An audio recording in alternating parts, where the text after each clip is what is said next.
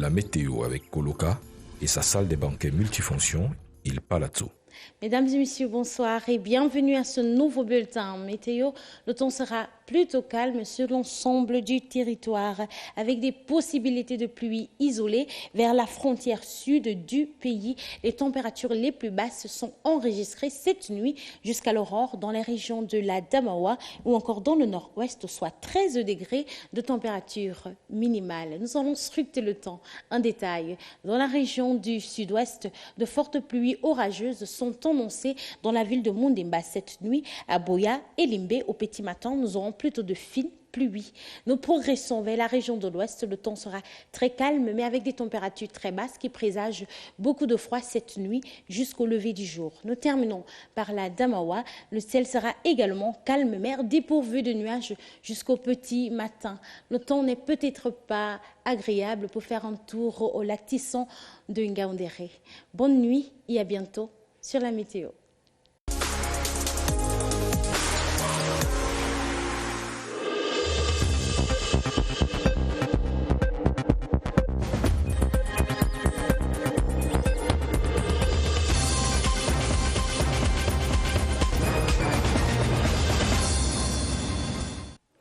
Mesdames, Messieurs, bonsoir. Bienvenue au 20h30. Voici les titres du journal ce soir.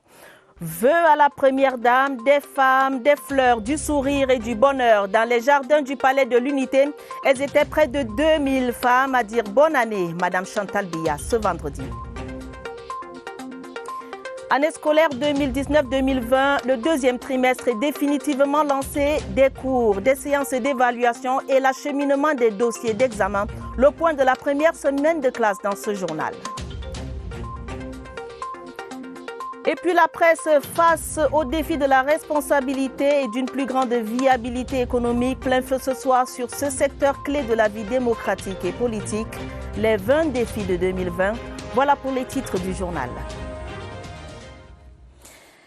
Mesdames, Messieurs, merci de nous recevoir chez vous. Bienvenue au 20h30. Ce vendredi était jour de communion totale entre la première dame camerounaise, Madame Chantal Biya, et les dames venues en plein cœur du Palais de l'Unité souhaiter une bonne et heureuse année à Madame Chantal Biya. Un peu plus de 25 délégations constituées de près de 2000 femmes ont répondu présentes à ce rendez-vous devenu une tradition. Nous reviendrons sur ce reportage au cours de ce journal. Il faut dire que c'est le chef de l'État qui a ouvert hier le bal des vœux.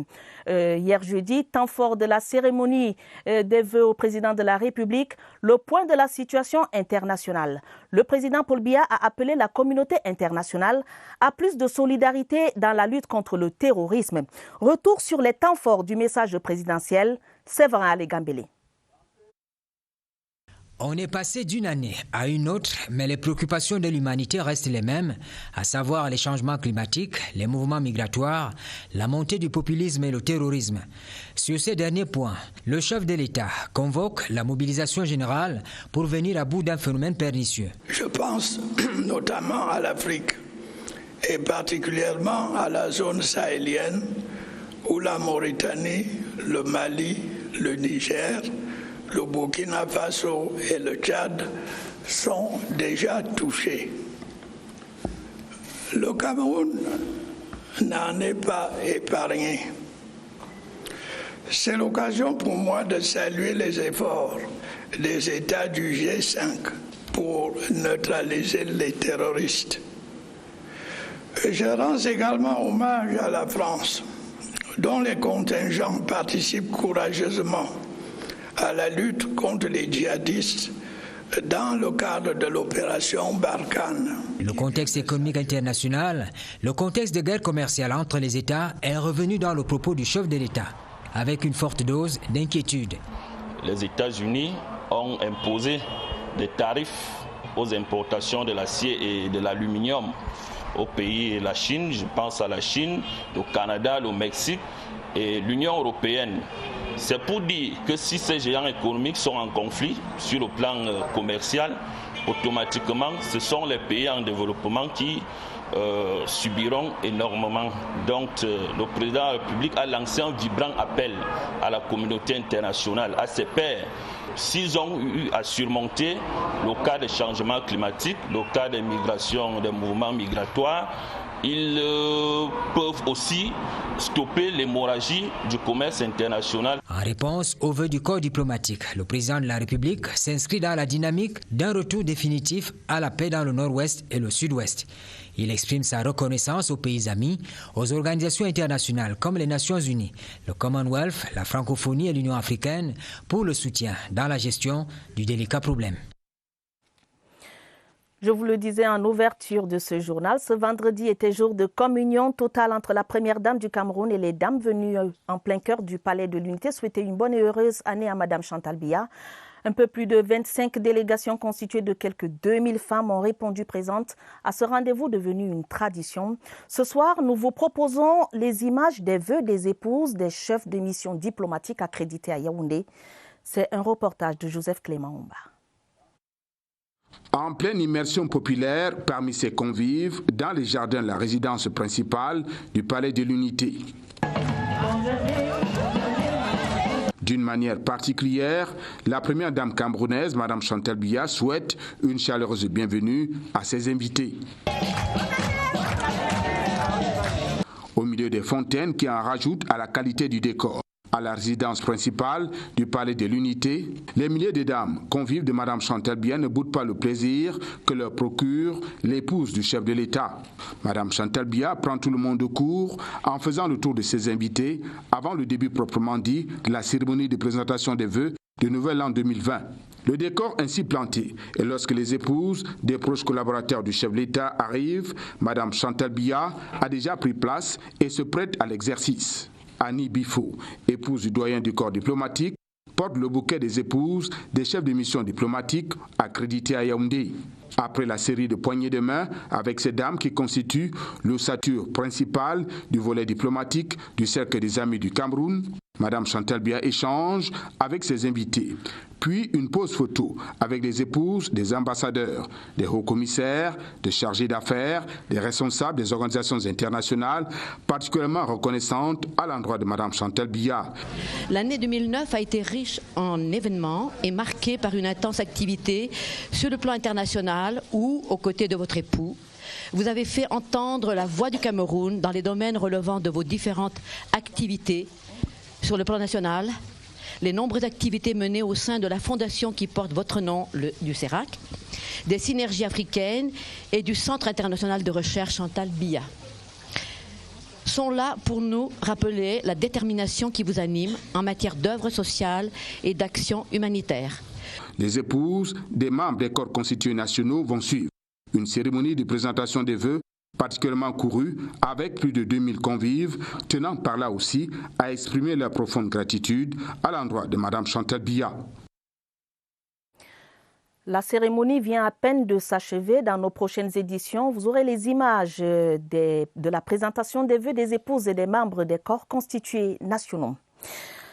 Ce communiqué, la cérémonie de présentation des vœux de Nouvel An 2020 à Monsieur le Premier ministre chef du gouvernement aura lieu le lundi 13 janvier 2020 à 14h. Heure limite d'arrivée 13h30. Communiqué de presse signé du directeur de cabinet Balungeli Ebouné.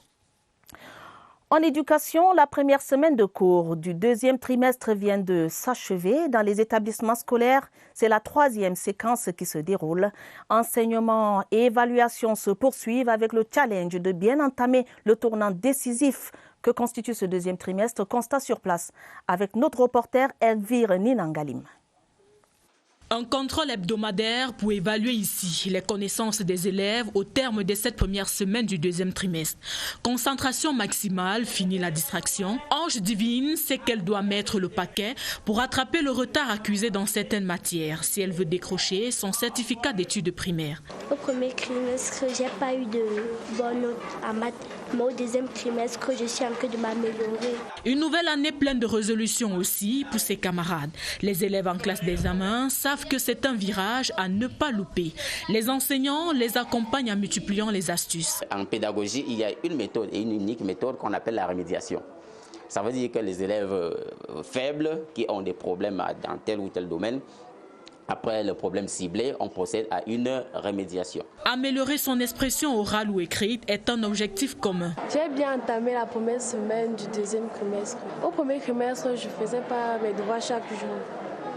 Et qu'au deuxième trimestre, j'ai réussi maintenant à faire. Cette première semaine, il faut également remédier à certaines habitudes pour améliorer les compétences des élèves. Bilan plutôt prometteur, l'administration s'est réjouie de l'amélioration observée. Insiste sur la ponctualité au niveau des élèves, au niveau des enseignants et l'administration. La recette de la réussite reste l'incontournable discipline à laquelle s'ajoute bien évidemment le travail puis un soupçon de ténacité pour un succès à la clé. À bon entendeur. Autre chantier ce deuxième trimestre, l'accélération des opérations d'inscription aux examens officiels.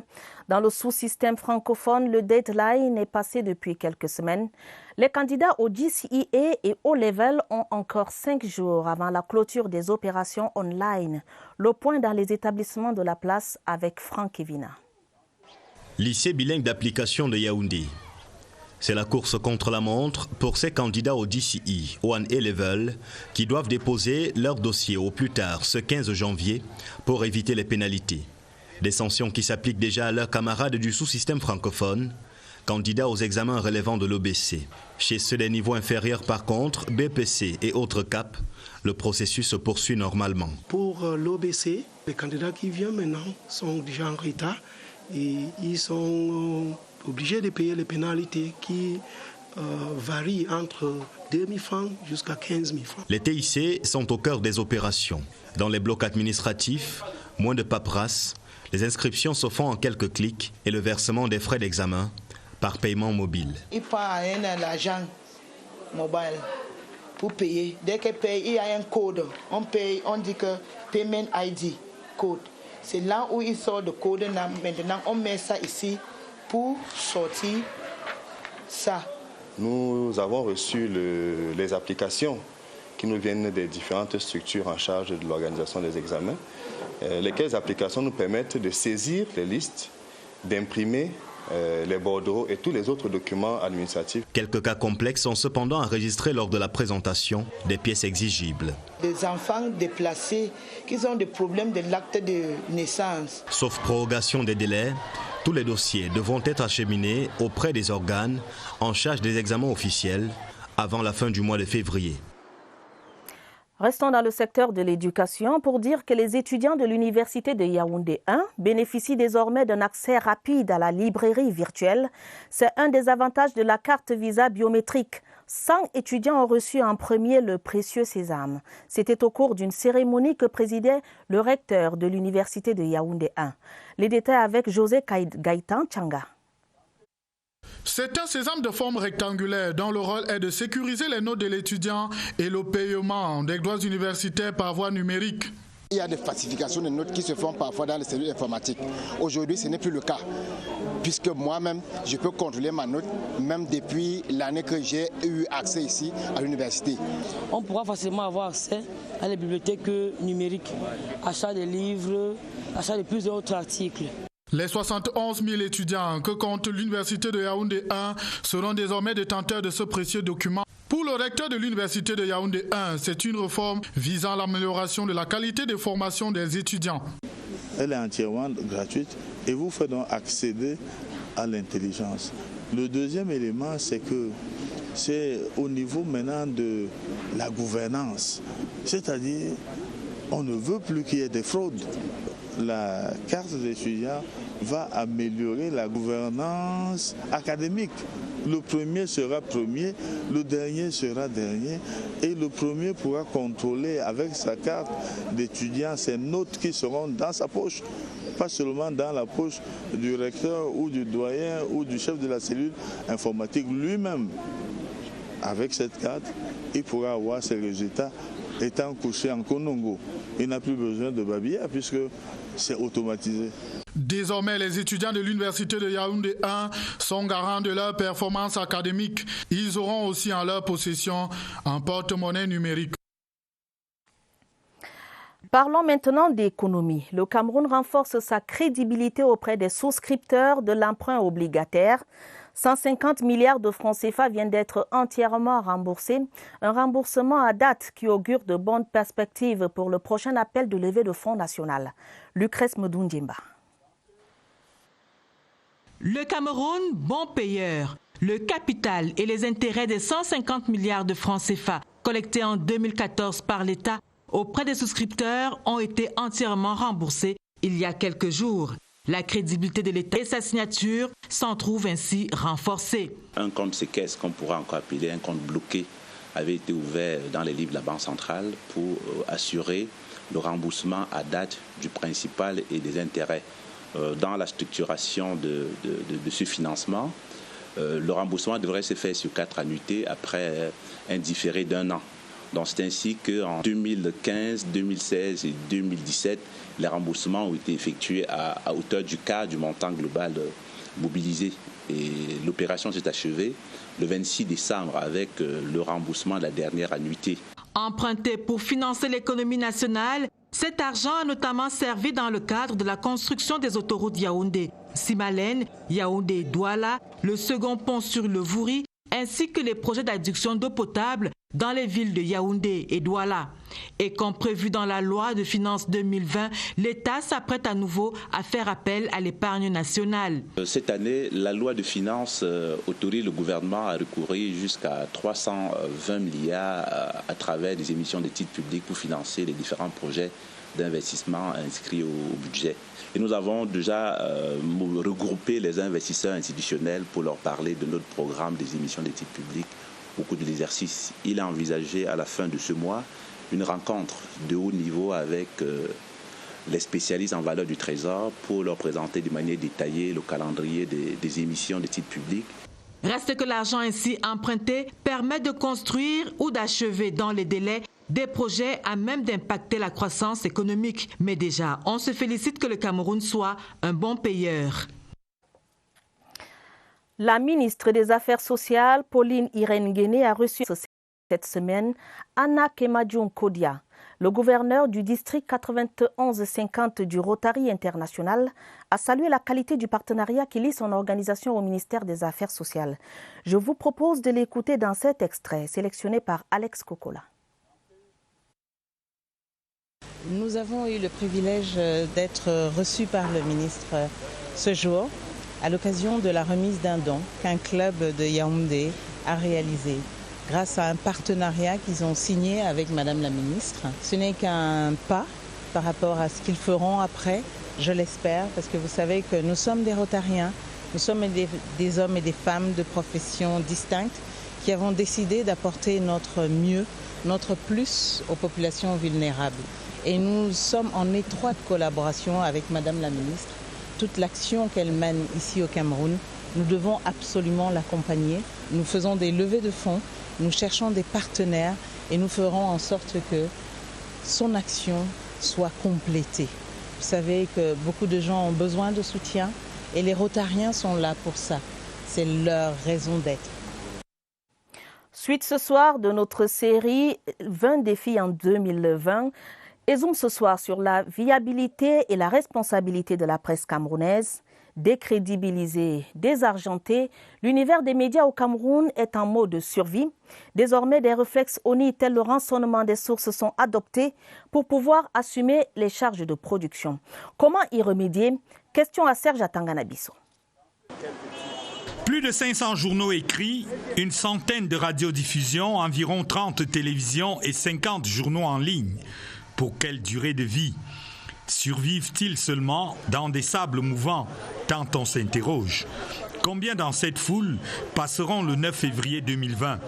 La fièvre des élections et les fleuves de cachets pour la couverture des meetings, autre article à la commande pour vendre et descendre. Parce que sans formation très souvent, sans avoir trempé la plume ni à l'école ni au bénitier, peut-on éviter qu'ils s'alignent, soit au massacre, soit alors au sacre.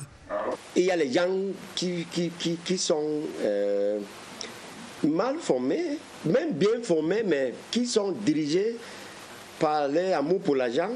Il faut l'honnêteté dans les médias, Il faut la vérité. Pourquoi mentir? La société de chez nous a-t-elle abdiqué? Les articles qui passent, d'autres médias qui prennent place en kiosque. Argent, argent, financement, où es-tu? Où te caches-tu? Il y a manque de moyens. Et beaucoup des entreprises, les patrons de ces entreprises ne payent pas comme il faut. Donc les journalistes sont devenus des mendiants. Comment et pourquoi déplore-t-on encore, 30 ans après la loi du 19 décembre 1990, des journalistes qui écrivent, publient puis se dédient sur des articles produits d'imagination par trop fécondes, un peu trop fécondés? Et si le remède était la formation à la responsabilité? Le constat n'est-il pas que ceux qui, en saison 1 et en 3 mots, vous tuent, les mêmes vous portent au nu la saison d'après? Histoire de fou. Il part pour un reportage, tout le monde essaie de trouver la personne qui a organisé un certain événement pour qu'on donne quelque chose ici ou là. Mais ça ne doit pas se passer. Vous êtes parti à l'école, vous savez vraiment les principes. Nous sommes là pour essayer de mettre l'ordre. Comment arbitrer dès lors que les joueurs vous déclarent vous-même hors jeu? Carton rouge. Pour moi, ils n'ont pas réussi à régulariser la presse. On voit le mauvais travail. Il y a beaucoup de chaînes de télévision, chaînes de radio et même la presse écrite qui insultent les gens. Mais tu te demandes si vraiment le CNC existe au Cameroun. D'ailleurs, même les mandats a fini depuis, mars 2019. Est-il utopique une presse et des directeurs de publication avec siège social? Moins de rédactions constituées en une mallette, la fin des rédactions du Hilton ou de la rue Mermoz à Douala? Et si la viabilité commençait par un bond de la qualité? Et si la qualité elle-même devenait le produit évident d'une formation maîtrisée? Des questions chiches. Également dans le registre des défis majeurs en 2020, cette fois en culture, une plus grande visibilité dans le secteur des droits d'auteur s'impose. Quelques actions ont été menées depuis 2018, date de la restructuration des entreprises en charge de la gestion des dits droits, mais le chemin reste encore long. Barbara Padjama. L'inventaire des droits d'auteur coche de plus en plus de bons scores sous le répertoire de la scène artistique camerounaise. Les 5 organismes de gestion collective du droit d'auteur et des droits voisins chantent en chœur depuis décembre 2018 le refrain de la répartition des droits d'auteur aux ayants droit. Que ce soit la Sociladra, la SCAP, la SCDV, la SOCADAB ou encore la SONACAM, ils ont tous ouvert leur portefeuille. Chez les artistes musiciens, le dernier paiement remonte au 2 janvier 2020. 1416 artistes sont entrés en répartition. Là, c'était une avance, mais à travers quelques contrats, quelques paiements qui sont imminents, nous allons permettre comme ça que les artistes puissent entrer en répartition. Ça ne sera plus une avance, mais ça sera une véritable répartition où la cagnotte sera consistante. Pour améliorer l'opération sur toute l'étendue du territoire national, les sociétés de gestion vont devoir multiplier les campagnes de recouvrement auprès des exploitants des œuvres artistiques pour satisfaire leurs créateurs. Qu'il s'agisse du ministère des Arts et de la Culture, de la Commission du contrôle des organismes de gestion collective ou les différentes sociétés agrémentées, le défi commun est d'allonger le nombre d'adhérents qui récoltent les fruits de leur art. Ils savent que dès le début, il faut être affilié à un organisme de gestion collective. Il faut être inscrit dans le fichier des artistes, le fichier national qui est détenu au ministère. Mais malheureusement, à côté, il y a des artistes qui ne savent pas comment faire. Et lorsqu'il y a des répartitions de bouche à oreille, ils suivent les répartitions, ils pensent donc qu'il suffit d'être artiste et de se présenter pour avoir de l'argent. Depuis la restructuration du box des droits d'auteur au Cameroun en 2018, le recouvrement et le paiement des artistes se font de manière régulière. Et cela augure d'une belle symphonie.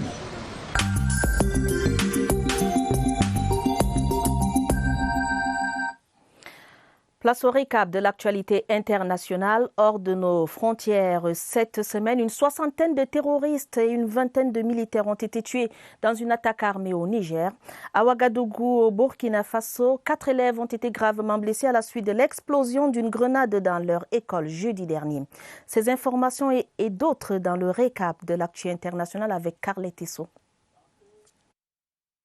Dans le monde, cette semaine, au Niger, 63 terroristes et 25 personnes ont été tuées jeudi lors de l'attaque du camp militaire de Chinégoda. Au Burkina Faso, une grenade a explosé dans une école mercredi. 4 élèves ont été blessés. Conflit en Libye, le maréchal Khalifa Haftar a annoncé jeudi la poursuite de son offensive pour prendre Tripoli, siège du gouvernement d'union nationale reconnu par l'ONU. L'homme fort de l'Est libyen a salué toutefois l'appel au cessez-le-feu lancé la veille par Ankara et Moscou au milieu d'un chassé-croisé diplomatique face au risque d'une internationalisation du conflit en Libye. France, à Paris, les adversaires de la réforme des retraites restent mobilisés. Ce vendredi, la grève est à son 37e jour. Le Français d'origine et ancien PDG de Renault Nissan, Carlos Ghosn, a été interdit jeudi par le parquet général du Liban de quitter le territoire du pays où il s'était réfugié pour échapper à la justice japonaise. Toujours ce jeudi, la Chambre des représentants à majorité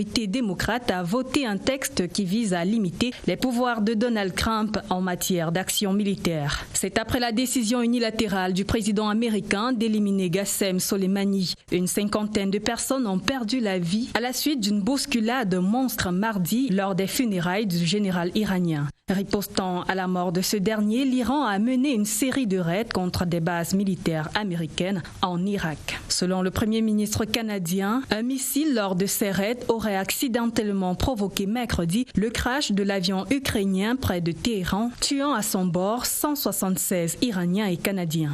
Terminons avec la 28e édition de la cérémonie annuelle des CAF Awards 2019. La cérémonie co-présentée par Samuel Eto'o-Fils a réuni ce mardi 7 janvier 2020 la crème des acteurs du monde footballistique en Égypte. Le titre de meilleur joueur africain revient à Sadio Mané et celui de meilleure équipe de football féminin au Cameroun.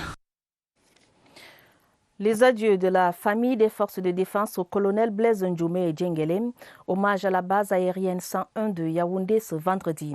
La cérémonie riche d'émotions était à la hauteur des services rendus par le soldat de l'armée de l'air, Pierre Evembe. Le dernier vol pour l'éternité du colonel Blaise Ndjoumé Djengele a été marqué à la base aérienne 101 de Yaoundé par de nombreux nuages lacrymaux qui ont maculé les yeux des amis, camarades d'âme, mais surtout d'une épouse inconsolable, impuissante devant des enfants frappés par la déchirure. Le colonel de l'armée de l'air, qui était en service à l'inspection générale des armées au ministère de la Défense, était un modèle, un exemple cité par tous, qui a franchi avec brio toutes les étapes d'un soldat de son grade, de son envergure, de sa stature. Dans son éloge funèbre, le colonel Djok Bapa, son ancienne hiérarchie, a présenté un soldat discipliné, inspiré par les valeurs du taekwondo qu'il pratiquait et de la Bible, son livre qu'il affectionnait.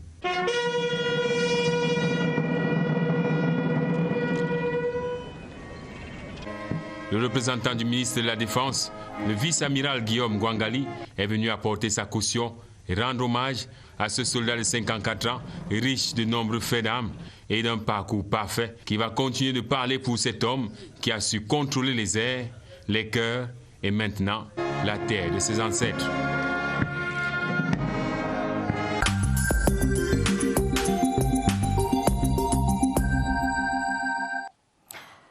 Les rendez-vous culturels du week-end détente avec du cinéma et un concert gospel au programme à l'affiche demain, samedi, Virgin Blade au Mountain Hotel de Boya dans le sud-ouest et puis le concert gospel afro-américain qui bat son plein au stade Omnisport de Yaoundé.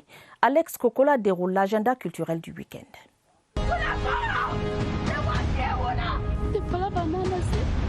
Un week-end qui se décline en projections cinématographiques.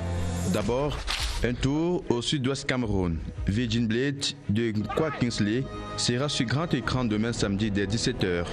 Les habitants de la capitale régionale du sud-ouest verront ce long métrage au Mountain Hotel de Beya.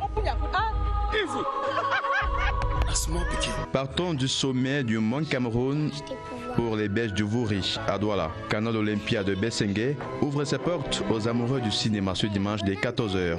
Question de visualiser La Reine des Neiges, un film de Chris Box et de Jennifer Lee. J'ai besoin de nous pour oublier que nous n'avons plus personne.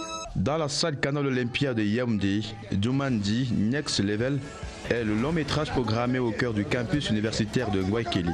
Ce dimanche dès 14h. Sous le ciel de Yaoundé, au stade Omnisport Amadou Ahidjo, l'on chante tout en priant pour la paix. Un concert gospel est en cours et met sur scène Nigérians et Américains, comme l'aperçu ici de Uchi Agou.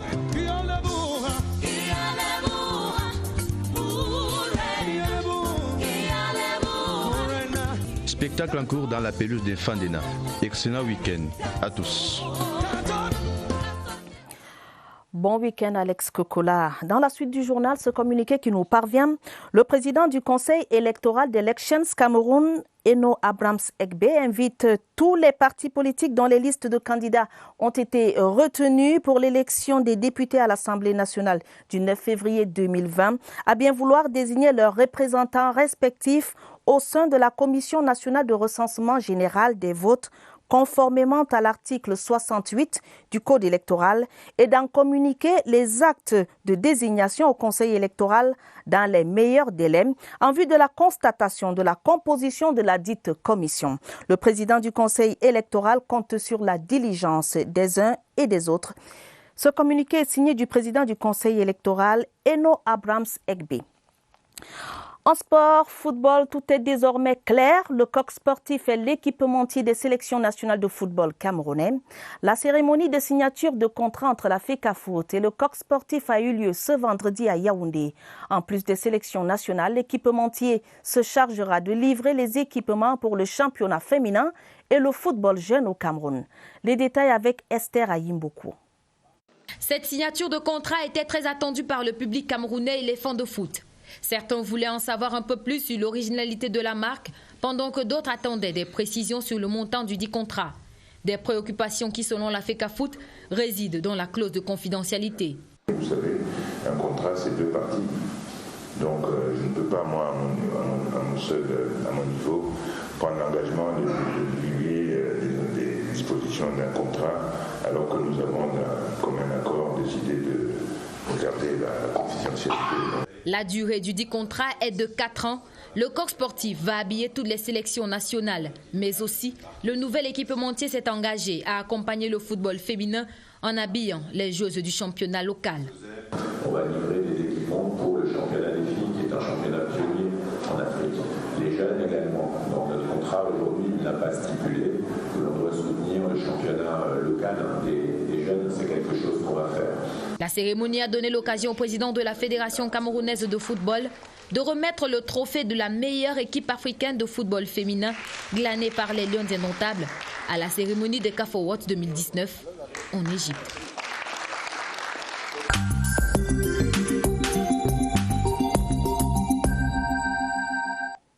L'affiche sportive du week-end avec d'abord la NBA au menu avec les Raptors de Pascal Siakam qui seront sur le parquet dans la nuit de dimanche à lundi. Sur place au Cameroun, les championnats nationaux de football Elite One et Tour franchissent la dernière borne de la phase allée. Nestor Kamga nous présente l'affiche sportive de ce week-end. Le championnat national de football Elite One va franchir sa 17e borne ce dimanche, synonyme de la fin de la phase allée. 2 matchs sont à suivre au centre technique de la FECAFOOT à Oudza. Colombe Canon et Dragon Bamboutos. Au Middle Farm Stadium de Limbé, Union et Futur vont d'abord s'expliquer, puis Avion et Edine croiseront le fer. 2 matchs sont également à l'affiche à Bafoussam Kwekon, Panthère AS Fortuna et Fauvu Yon Sport. APGS ira défier Coton à Garoua, Stade Renard recevra PWD de Bamenda et UMS offrira l'hospitalité à Tonnerre de Yaoundé. En Elite Tour, l'on disputera la 15e journée avec 6 rencontres au menu ce samedi. Au Saint-Tuneri Stadium de Limbé, Dynamo jouera contre Unisport et Léopard affrontera Renaissance. Il y aura aussi les confrontations AS Fabia Foot, Fontia Street Stade de Bertois, AS Matelo Racin et Ngaoundéré FC, Ofta de Kribi. La première ligue anglaise est aussi au menu ce week-end avec les matchs de la 22e journée. L'on suivra entre autres les confrontations Tottenham-Liverpool, Chelsea-Burnley et Crystal Palace-Arsenal.